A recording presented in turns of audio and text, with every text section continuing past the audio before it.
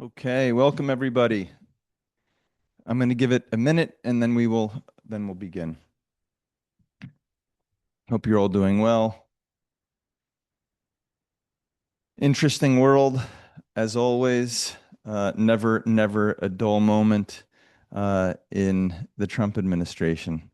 So we're going to get into what I believe are two of the most important topics in the world today. And certainly the two topics that are moving financial markets. So the title of today's session is a deep dive into the rift between Trump and Powell. And we are also going to explore the likelihood of a regime change in Iran. So again, these are really the two big topics that the world is grappling with.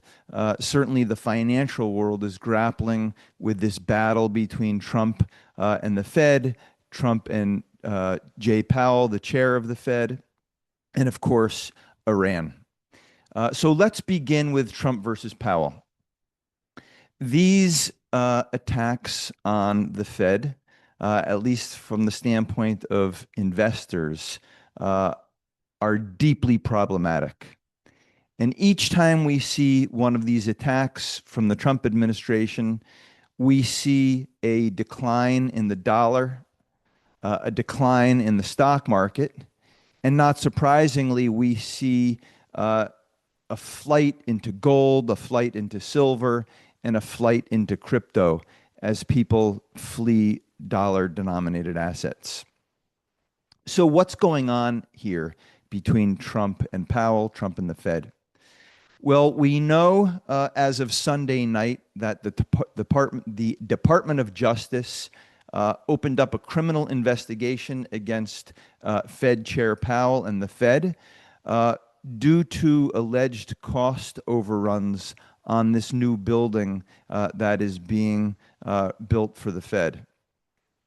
Now, absolutely everyone in the financial markets, and when I say financial markets, I'm really referring to anyone who has been following the drama that Trump has created between he and Powell. Everyone who's been following this for years knows that this friction is not about the cost of the building. It's about Trump wanting lower interest rates and his disgust with Powell for not adhering to Trump's desires.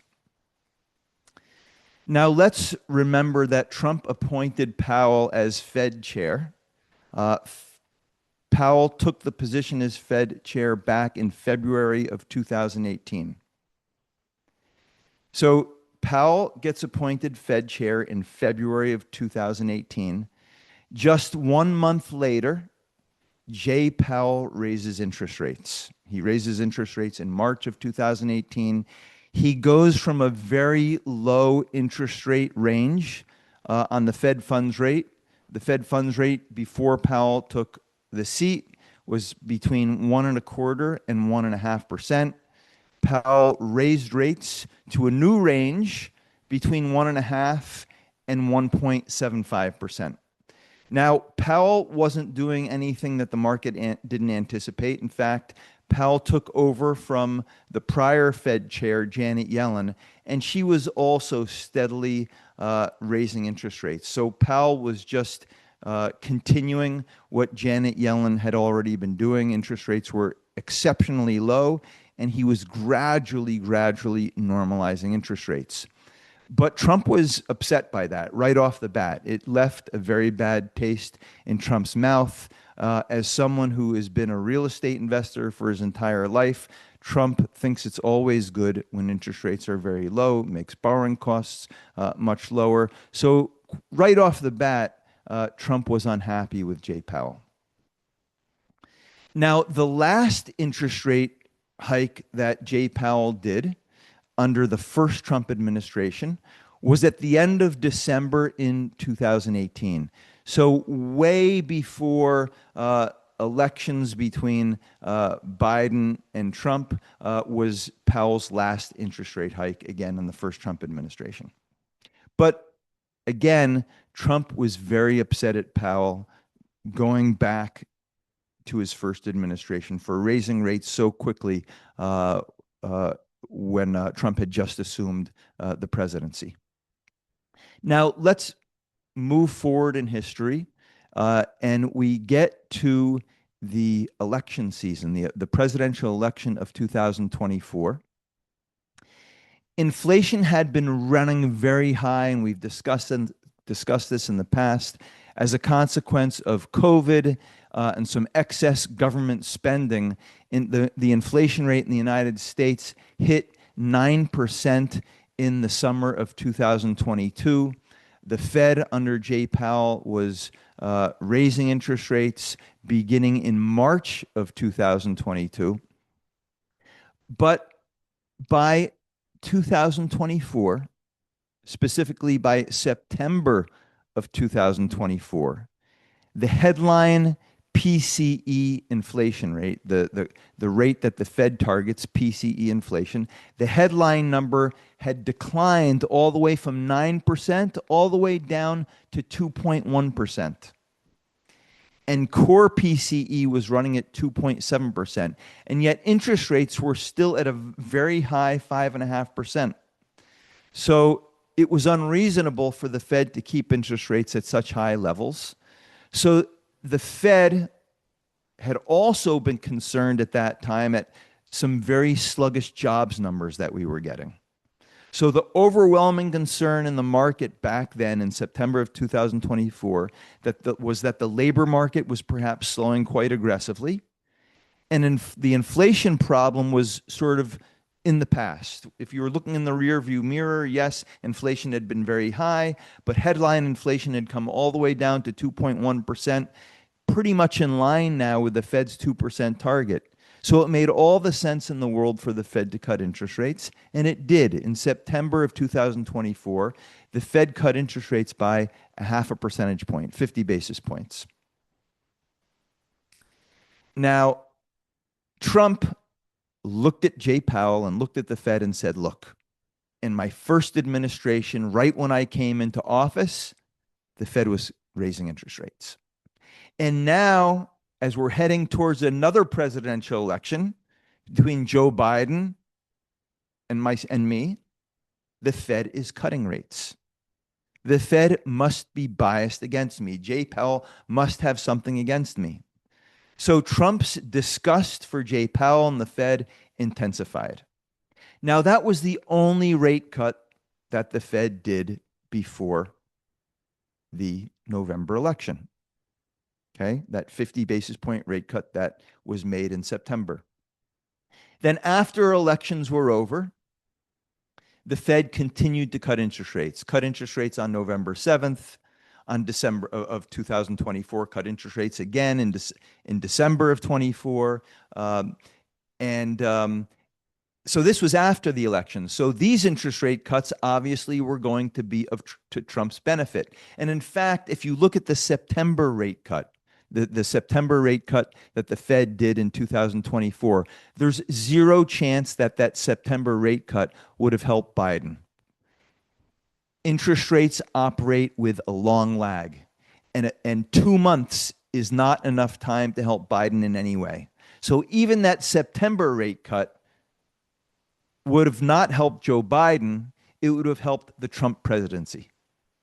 And of course, we know that the Fed has continued to cut interest rates. They cut interest rates in September of 25, in October of 25, in December of 25, right? All of these interest rate cuts happened during the Trump presidency. Nevertheless, Trump believes that Powell is his enemy, right? And his interpretation of history provides the support for his view, even if it is an inaccurate and incomplete history. That's just the way Trump sees it. So let's get back to the DOJ criminal investigation into Jay Powell and the Fed.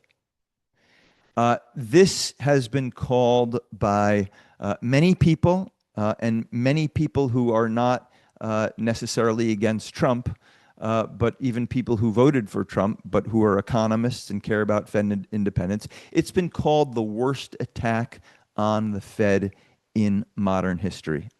And even though there have been many presidents who have attempted to manipulate the Fed and pressure the Fed, I would have to agree that this is the most blatant and obvious aggression against the Fed that we've seen by any president in modern history. So if that's the case, if we are seeing such an aggression against Fed independence, why is it that we aren't seeing an absolute cratering of the stock market? Okay. Now, yes, the stock market is down today, but the S&P 500 is up by about 0.7% in the first 2 weeks of the year. So that's a pretty good performance. And if you thought that the Fed was really under vicious attack and that the Fed independence was at risk of being lost, you would expect to see the market do a lot worse than it's actually doing. So let's take a look and examine under the hood and see if we can figure this out. So again, it was on Sunday night, this past Sunday night, that the American public learned about the case, the legal case against Powell and against the Fed. How did we learn about it? Because Powell made a public statement and he told the world about this investigation that had been launched by the Department of Justice. Well, on Sunday night, if you look at the futures market, it sold off when investors realized about this investigation. And Monday morning, the stock market continued to sell down. But by the afternoon, it had begun to recover, and it closed modestly in the green on Monday. So many analysts interpreted the market reaction and the positive close on the S&P 500 to mean that either investors are indifferent about this attack on the Fed, or that they're actually fine with it. They have no problem with Trump going after the Fed's independence. But in my view, that is absolutely an incorrect interpretation of the market reaction. So let's try to understand the market reaction. Investors seem to understand that Trump is fighting a battle that he probably cannot win. And the base case scenario is that Powell is going nowhere, at least until his term expires in May of this year. Now, even Trump's closest economic advisor, Scott Bessent, the Treasury Secretary, who, by the way, has been supportive of all Trump's policies so far, even Scott Bessent is against this move by the Trump administration against the Fed. How do we know this? Well, reports have leaked out that Scott Bessent told Trump on Sunday night that if this investigation against Powell moves forward, it would turn into an absolute mess, and Trump might not be able to get his nominee through the Senate to replace Powell. Okay, remember this. Trump nominates the next Fed chair, but that individual has to be confirmed by the Senate. Now, remember, again, Powell's term expires on May 15th. So Powell will no longer be the chair of the Fed after May 15th, so long as Trump's new nominee gets confirmed by the Senate. But if Trump's nominee doesn't get confirmed, then Powell will stay on as Fed chair. So if Bessent was against this decision, why did Trump move forward with this investigation? Well, I think we know the answer to that. He is so enraged that Powell is not cutting interest rates more aggressively. Now, one of the people who is feeding ideas to Trump is someone by the name of Bill Pulte. Bill Pulte is the head of the FHFA, that stands for the Federal Housing Finance Agency. He's the director of that agency. And Bill Pulte, has been after Powell for months and months and months, really since the very beginning of the Trump administration. And Bill Pulte is a big sycophant. What is a sycophant? It's someone who excessively flatters or excessively agrees with someone. And that's what Bill Pulte does. Bill Pulte knows how much Trump dislikes Powell, and Bill Pulte is constantly in Trump's ear with tweets, with messages, telling Trump exactly what he wants to hear. And he's been portraying Powell as this actor that is trying to undermine the best interests of Donald Trump. And there's no doubt, right? We have a lot of sources that indicate Bill Pulte has been cheering Trump on, telling him to bring this case. So even though Bessent made his best effort, Pulte, who has been playing right into Trump's ego, seems to have won the day. Now, Scott Bessent's warnings to Trump already seem to be playing out, right? Remember, his warning was that if you go through with this, it's going to turn into a big mess, and you might not even get your nominee confirmed by the Senate. So that seems to be playing out. Tom Tillis, who is a senator from North Carolina, who sits on the Senate Banking Committee. This is the committee that must approve the Trump's nominee. And as long as they approve the nominee, then the nominee moves on to the Senate for a full Senate vote. But if the Senate Banking Committee doesn't move the candidate on to the Senate, that candidate just gets stuck in limbo and doesn't move on. Now, Tom Tillis, he said that he will block any Trump nominee until this matter is cleared up. And the only way it can be cleared up on a timely basis is if this case gets dropped by the DOJ. Now, why is one individual, Tom Tillis, who sits on the Senate Banking Committee, so crucial? Because the Republicans hold a very narrow majority on this committee. There's 13 Republicans and 11 Democrats. You know for sure all 11 Democrats will vote against Trump's nominee.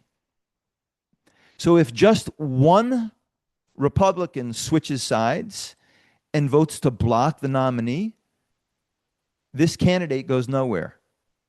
So all it takes is one, Tom Tillis.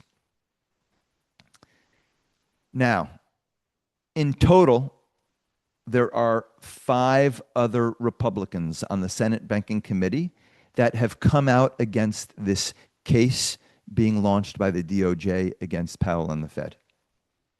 And in addition to those 5, there are many other Republicans that are being quiet. They're not publicly coming out, but sources leaked to various social media outlets and the press are clearly upset by this case, and they are very concerned about risks to Fed independence. Okay? So Trump's candidate, whoever it may be, is going to be in big trouble as long as this case is hanging over everyone's head. Now, on top of Scott Bessent opposing Trump on this matter, and aside from these key Republicans opposing Trump on this matter, every single living former Fed chair has criticized Trump and has come out in strong support of Powell and the Fed. This even includes Alan Greenspan, okay? Alan Greenspan is one of the most renowned Fed chairs in all of history. He happens to be a staunch conservative, a staunch Republican, and there's no doubt that he voted for Trump. So not only has every other former Fed chair come out in support of Powell, but so has Alan Greenspan. In addition, All the former Treasury Secretaries, the living Treasury Secretaries, have come out in support of Powell, including Henk Paulson, who is a former uh, uh, who was the former Treasury Secretary under George Bush, the second George Bush. He was also chairman of Goldman Sachs at one point. And again, he is another staunch conservative, and most certainly he also voted for Trump. So these are very important criticisms of this action by the Department of Justice, and strong support for the independence of the Fed, and strong support for Powell. Uh, the only former Treasury Secretary that has kept his mouth shut is Steven Mnuchin, who was Trump's Treasury Secretary in the first administration. So it's not all that surprising that he hasn't said anything. Finally, the major central banks all over the world have come out to defend Powell and the Fed. Uh, I don't think we've ever seen something like this before. So much broad support for Powell. You can be sure that very quietly, no bank. Well, that's not true. I shouldn't say no bank, because Jamie Dimon, the CEO of J.P. Morgan, publicly came out, expressed his concern about the threat to Fed independence, and backed Powell. And he said, and a lot of people are saying this, we don't support all of Powell's policies. Right? He made some mistakes over the course of his tenure as Fed chair, specifically in late 21 and 2022, when he was late to the game in raising interest rates. But that's not the point. Everyone's human. Everyone makes mistakes. The point is Fed independence.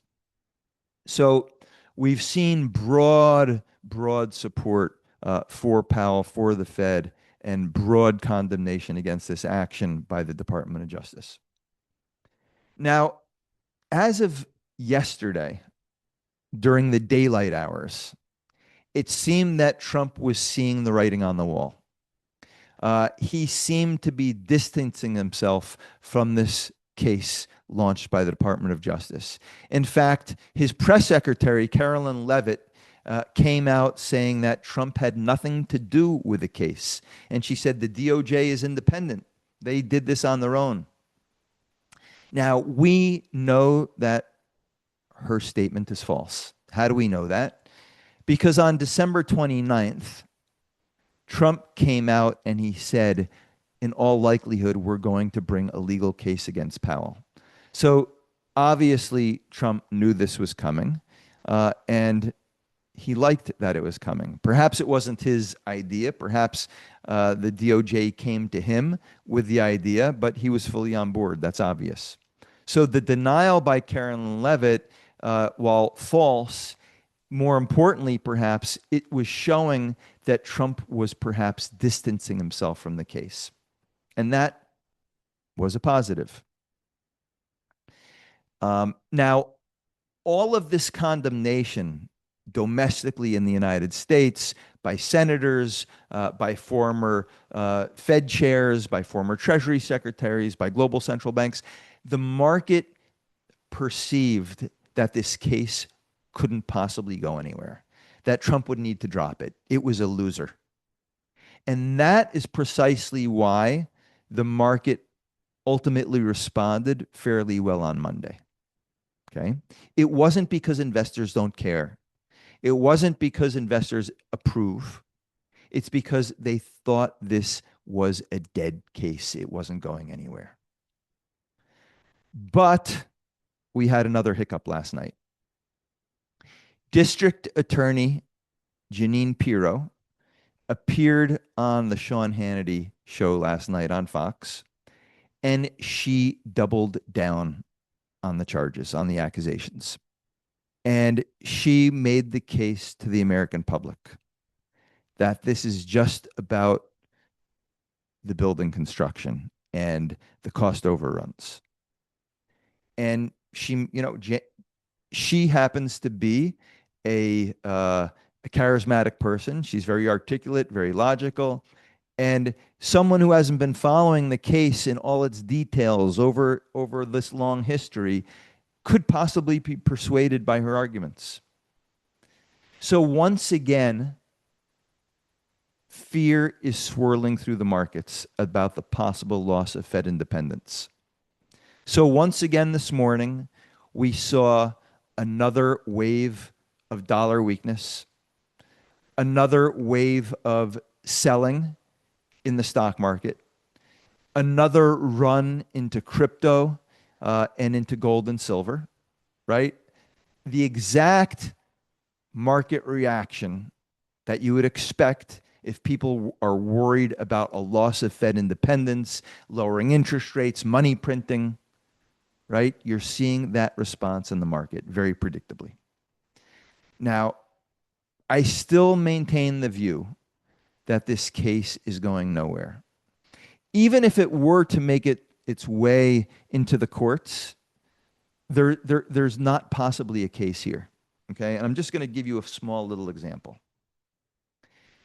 If you are the chief of surgery at, you can name the hospital, you're the chief of surgery, right? Your job is to do surgery, to oversee the work of all the other doctors.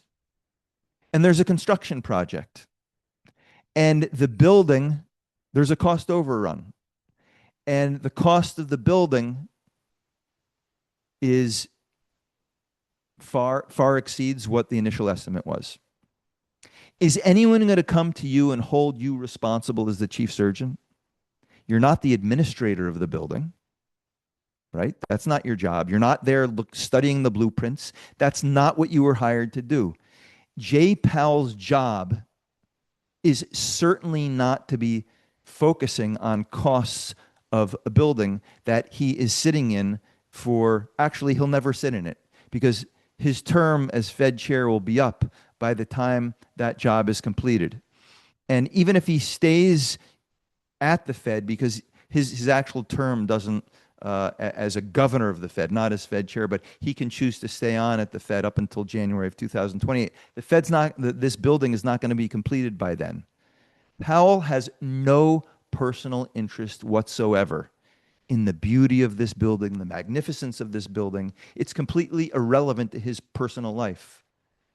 It's absurd to think that this guy is the one to be held responsible for any cost overruns. It's just not in his scope of responsibilities. The case is completely absurd. Now, I just want to segue a bit into, I'm making the case that Trump wants Powell out. Now, there's another angle.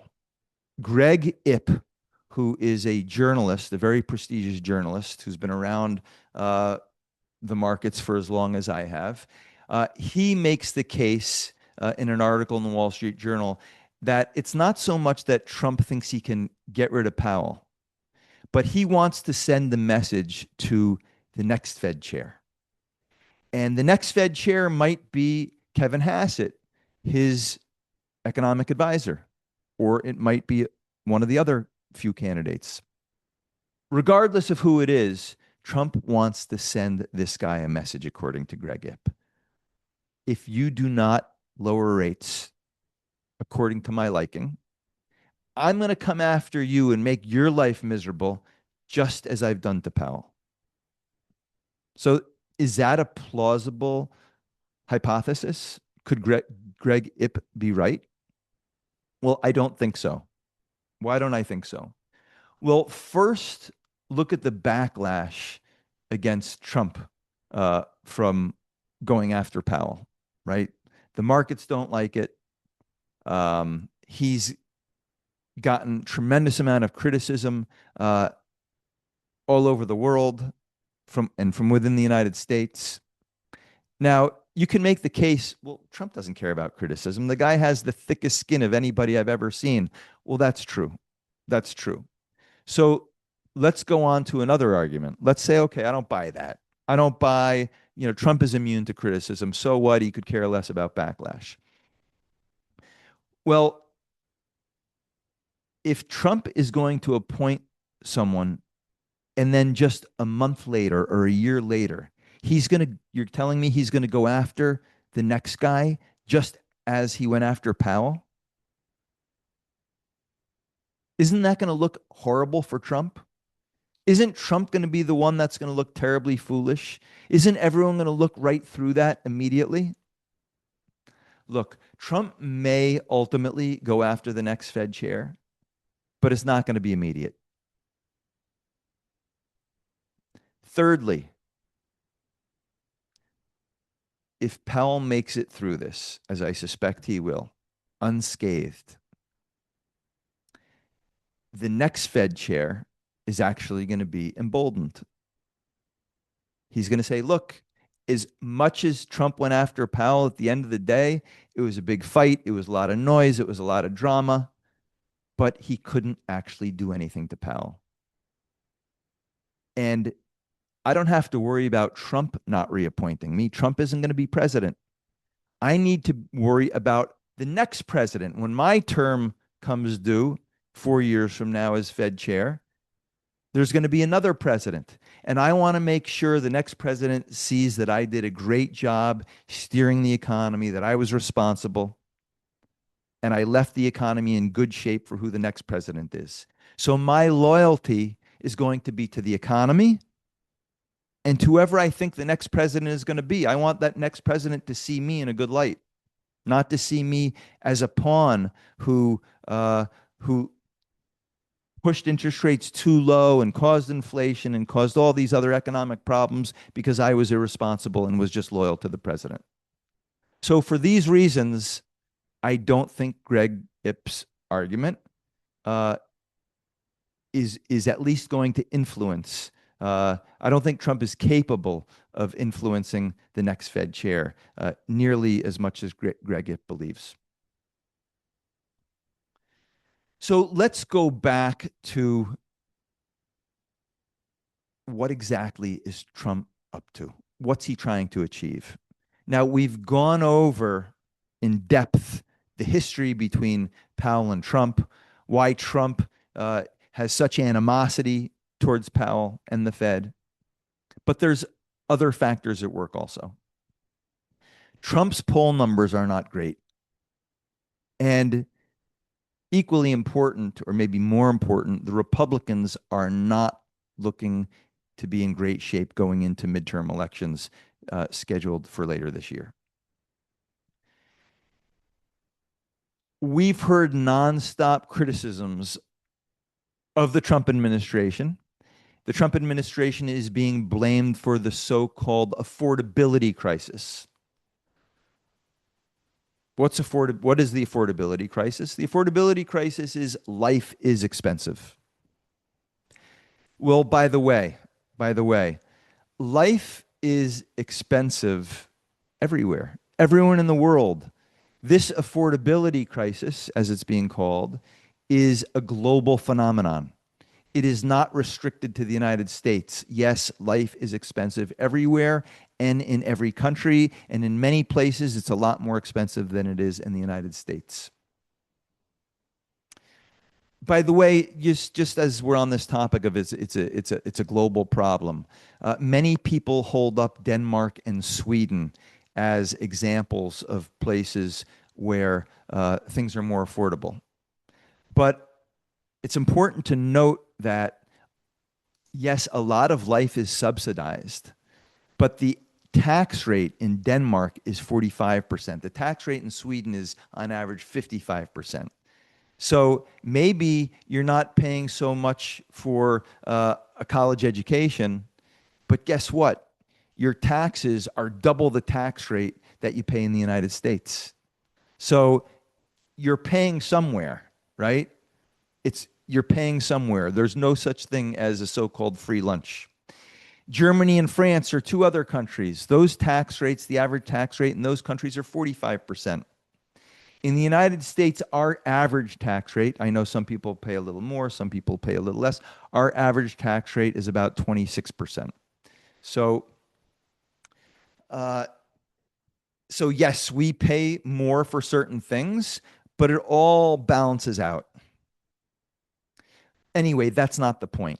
That's not the point. Trump has thick skin on the one hand, but on the other hand, he is very sensitive to criticisms. And he clearly is psychologically affected by this affordability crisis. And he has been making some panicked decisions. And panicked decisions are usually bad decisions.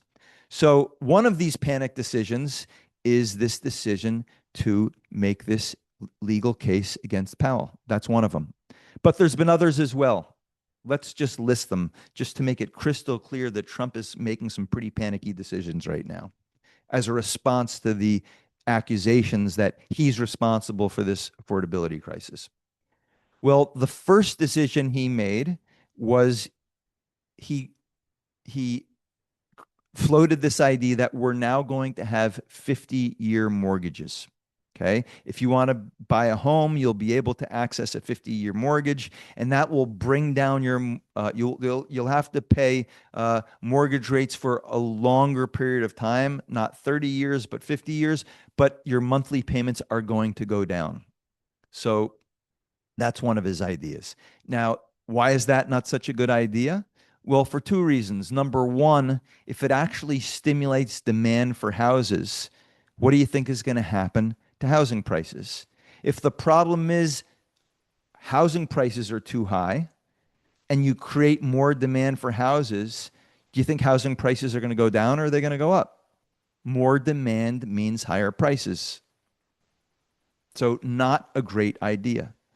The other thing is, if you're going to extend your payments for an extra 20 years, do you think your overall cost is going to go up or down?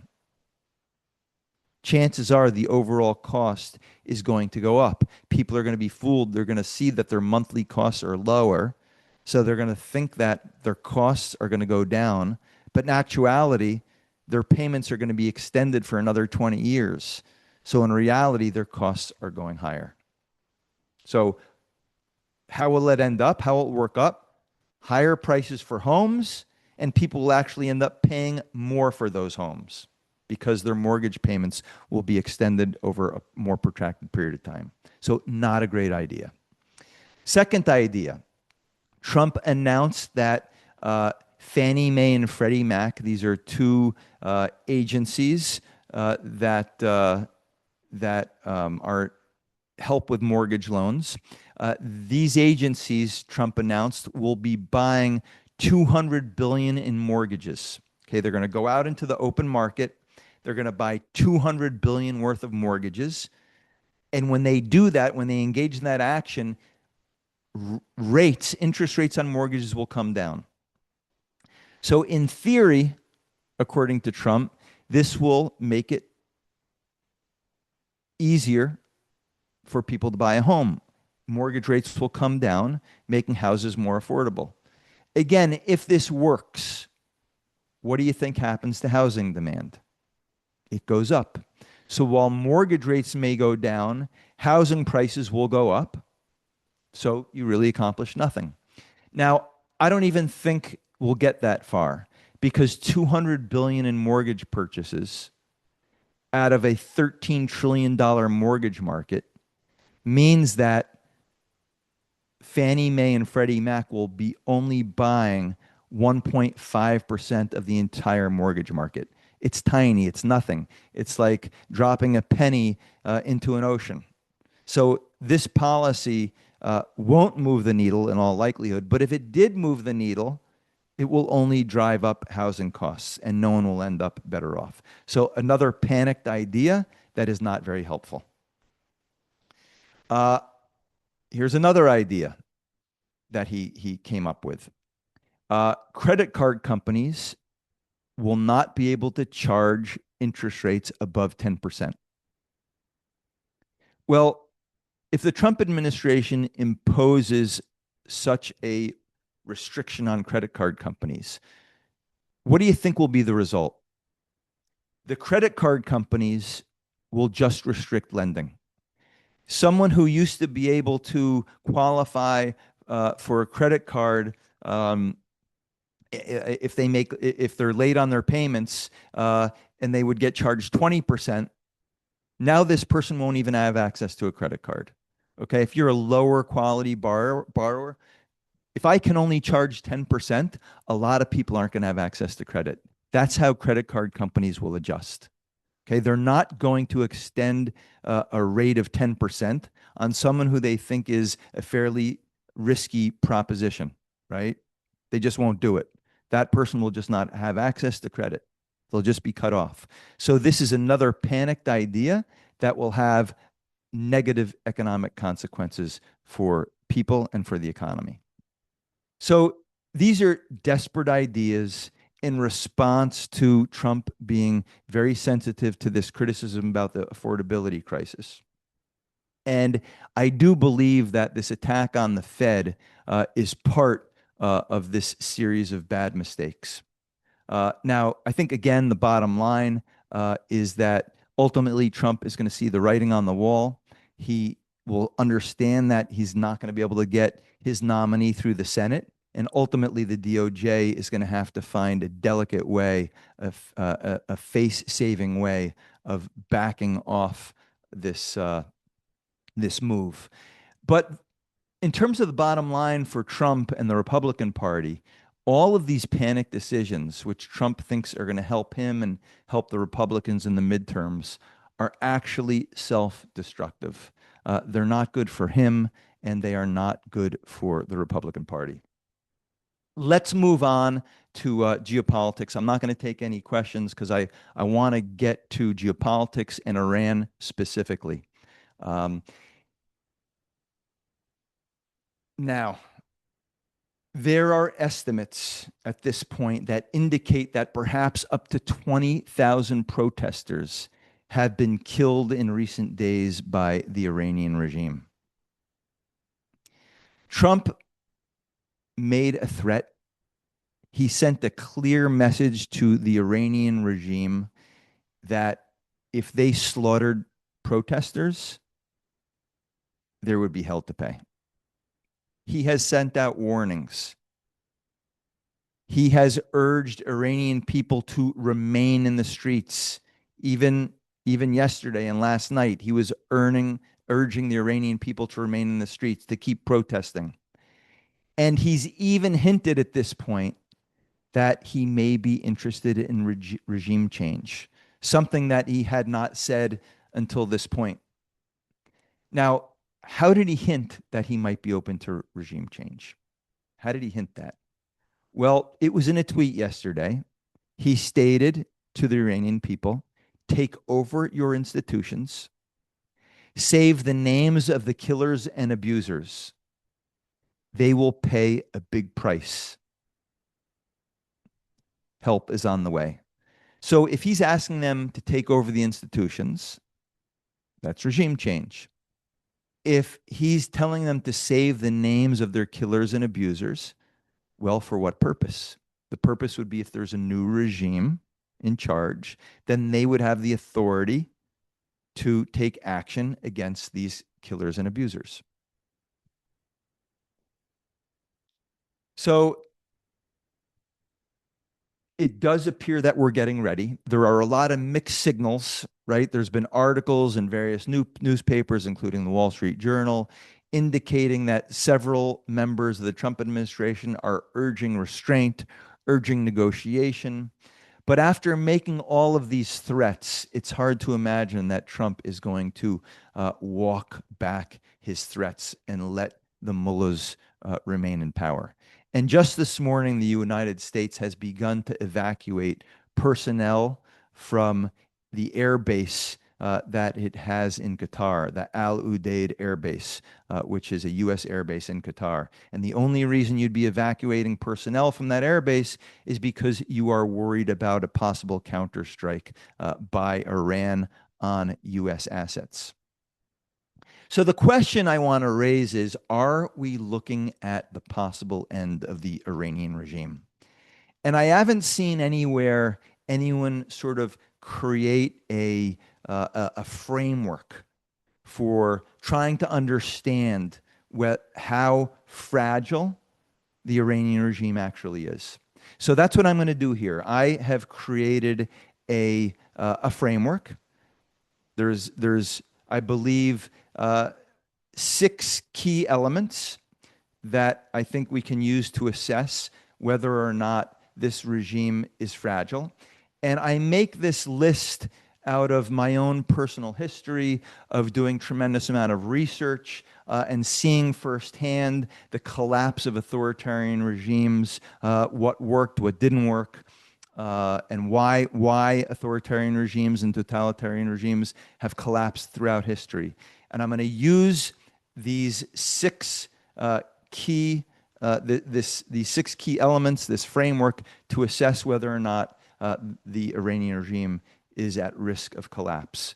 God willing, it collapses. So first, in all collapses of authoritarian regimes, there is a severe economic crisis.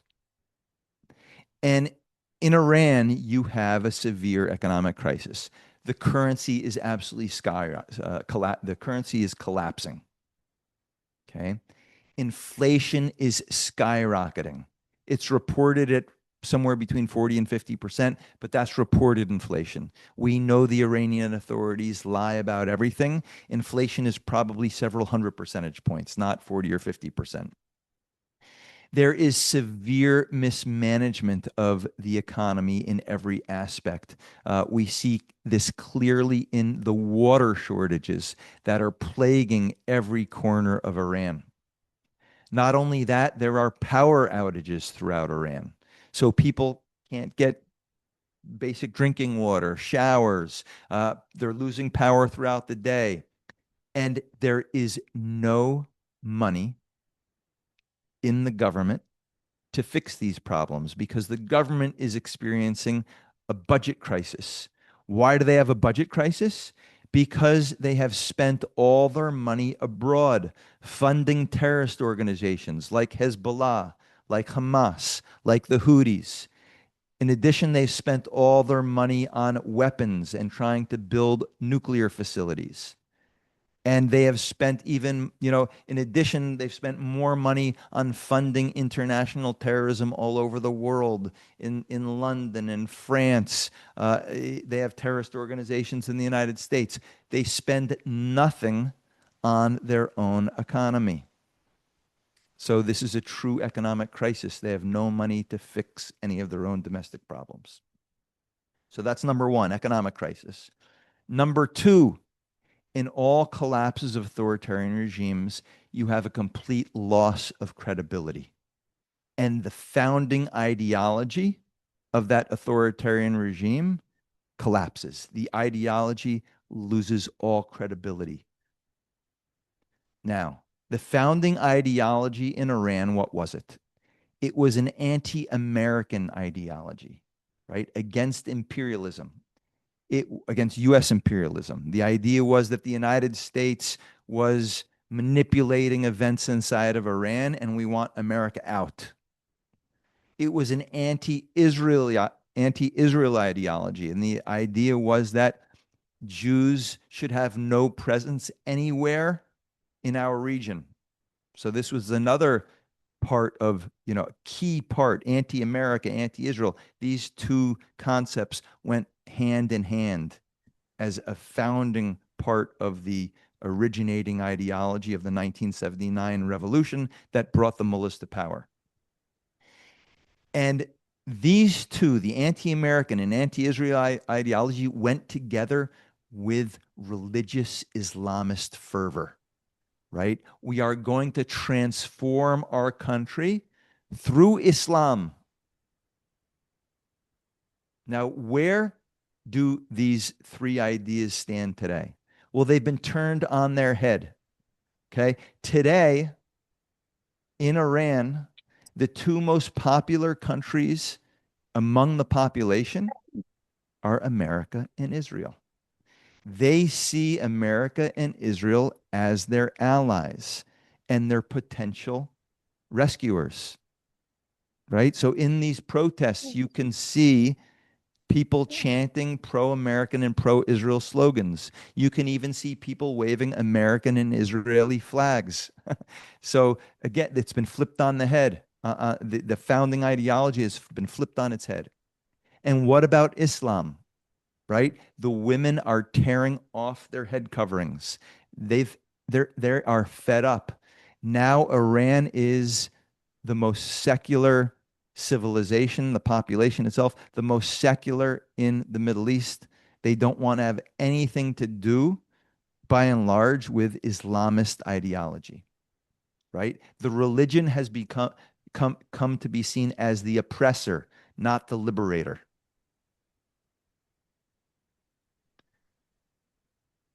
Okay, so we're two for two. Economic collapse. The founding ideology has been turned on its head. No one buys into it anymore, and it's actually reversed on. It's gone the opposite way on the regime. Number three, any successful collapse in authoritarianism, it's driven by broad support among all members of society, the young, the old, men, women, all ethnicities, minorities in the country. And key is the business class. And this is exactly what's going on in Iran. The young, the old, women, men, the minorities, people who are not minorities, but historically, the word is Persian. It's not Iranian. The ancient word for people who are from this region is Persian. The Persians, the people who are originally from this area, all rising up against the regime, and the business class is leading the way. So we're three for three. Four, it's key to have splits among the ruling elite, right? You always have that. By the way, it's something that we have not seen in Venezuela, right? We have not seen a fracture in the ruling elite. There are signs of fracture in the ruling elite. Okay, it's not crystal clear, it's not a grand slam home run, but there are signs of it. And there's numerous examples of former you have the supreme leader of Iran, and he's the one who really controls the show. He runs the show. But in Iran, you also have a president, and a president is elected fraudulently in Iran. And there are many former presidents of Iran. The presidents usually are in lockstep with the Ayatollah, with the supreme leader. But there are many former presidents in Iran that have been muzzled and are even under house arrest. And one of those is Ahmadinejad. Anyone who's followed Iran for years will know this name. Ahmadinejad was he became president in 2009. He had a pretty significant international presence. He used to come and tour the United States and speak at universities. I remember when he spoke at my alma mater, Columbia University, and I was so upset. I wrote a letter to the president of Columbia to please not invite this guy, but they did. But anyway, the point of me bringing up Ahmadinejad is he was a real problem, an Islamist. But even he today has been jailed because he has spoken out against the regime, calling it corrupt and out of touch with society. So that shows you that there are even hardliners who have split from this government and are being punished for it. So that's an interesting. I don't want to come out and say we're absolutely four for four, but there are signs of splits here. Number five, a favorable international environment. And here, this one is a home run, right? We have seen that Iran has suffered the stinging defeat of all its proxies. Israel took out Iran's air defenses, its missile systems. The U.S. followed up with a massive strike on Iran's nuclear capabilities. So those have been decimated. Um, and and all of its proxies have been, right. I said this, but Hezbollah, Hamas, the Houthis, all of them have been severely, severely damaged, if not obliterated. So, and on top of all this, Trump is saying help is on the way. We're coming. Now, what precisely that means, we'll get to in a minute. Finally, and this is, I would say, the granddaddy of them all. So let's say we're not quite 5 for 5 because number 4, the splits within the regime, the evidence there is lukewarm. Number 6 is the one where we really have the issue. You need to see evidence of splits within the military for a regime to fall. And as of today, the one thing we can say that the Iranian regime has in its favor is it has a complete monopoly over the use of force in society. The elite Iranian military, the IRGC, which stands for the Iranian Revolutionary Guard, there are no signs of fracture here. There are 150,000 troops in the IRGC, and they all seem to be pretty united and willing to mutilate, destroy, mow down all these protesters in the streets, filling the streets with blood. And you need a fracture there. And I think the only way you get a fracture there is if these guys really start to fear for their lives. I don't think it's impossible because they have families.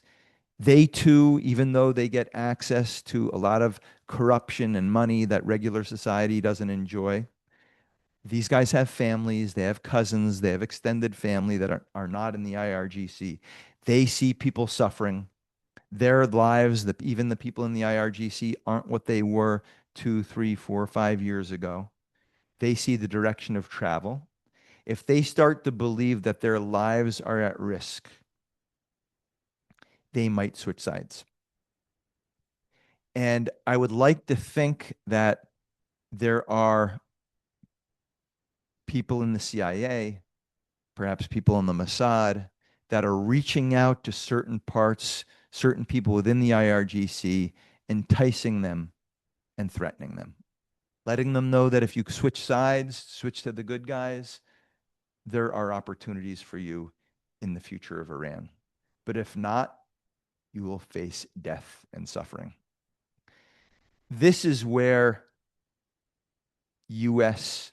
kinetic force comes in. Kinetic force means real military force, right? We can use economic power. Sure, we're doing that already with sanctions.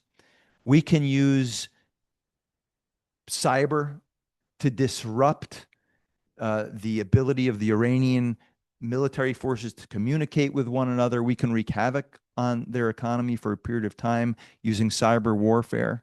But the only thing that has any potential to really break the IRGC is real hard power, military force. And we're going to see either in the next few hours or days or weeks exactly the force that Trump intends to bring. He's talked an enormous game. I believe his credibility is on the line. We're going to see shortly what he's going to deliver. And despite the fact that Iran lines up very well on, let's say, 4.5 of 6 of the criteria that I set out for you for regime change, you need to break the cohesion of the IRGC. And the only way you're going to break that cohesion is with U.S. and I would say also Israeli military power. That can get the job done. And we shall see. And if we do get a real hard strike on Iran and we do get regime change, the market, let's bring it always got to bring it back to the markets. The market will like it very much because the world will have just become a much safer place. And oil will begin to flow from Iran after some time. That will drive oil prices lower together with hopefully a transition in Venezuela. That will bring inflation down, and ultimately that will bring interest rates down, and fuel the U.S. economy. And Trump actually could get his way with substantially lower oil prices. The Fed would be very happy to cut interest rates. So let me stop there, see if there's any questions.